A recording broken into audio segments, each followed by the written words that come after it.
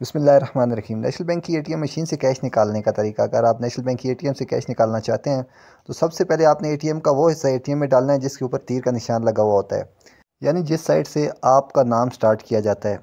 जब आप अपना कार्ड तीर के निशान वाली साइड से मशीन के अंदर डालेंगे, उसके बाद एटीएम मशीन आपका कार्ड रीड करेगी और उसके बाद एक मैसेज देगी कि इंतज़ार फरमाइए, आपकी ट्रांजैक्शन मुकम्मल की जा रही है। जब मशीन आपका कार्ड रीड कर लेगी, उसके बाद वो आपको एक ऑप्शन देगी कि बराए मेहरबानी अपना पिन कोड मशीन के अंदर इंदराज कीजिए, और उसके बाद आपने इंटर का बटन प्रेस करना है। पिन कोड डालने के बाद उसके बाद एक ऑप्शन आएगा कि आपका अकाउंट कौन सा है, करंट है, सेविंग है, डिफ़ॉल्ट है।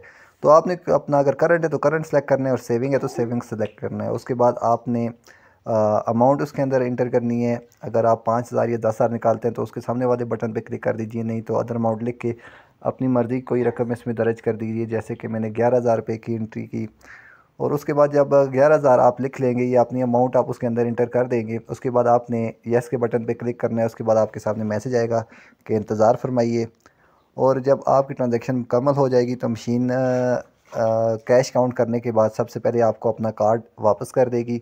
आपने फ़ौरन से जल्दी से एटीएम से अपना एटीएम कार्ड वापस ले लेना है। अगर आप थोड़ी सी देर भी से छोड़ेंगे तो ये आपका एटीएम कार्ड कैप्चर हो जाएगा।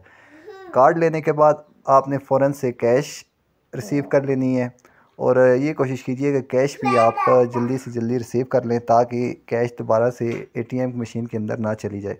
उसके बाद आपने रसीद कलेक्ट कर लेनी है और उसके बाद आपकी ट्रांजैक्शन मुकम्मल हो जाएगी।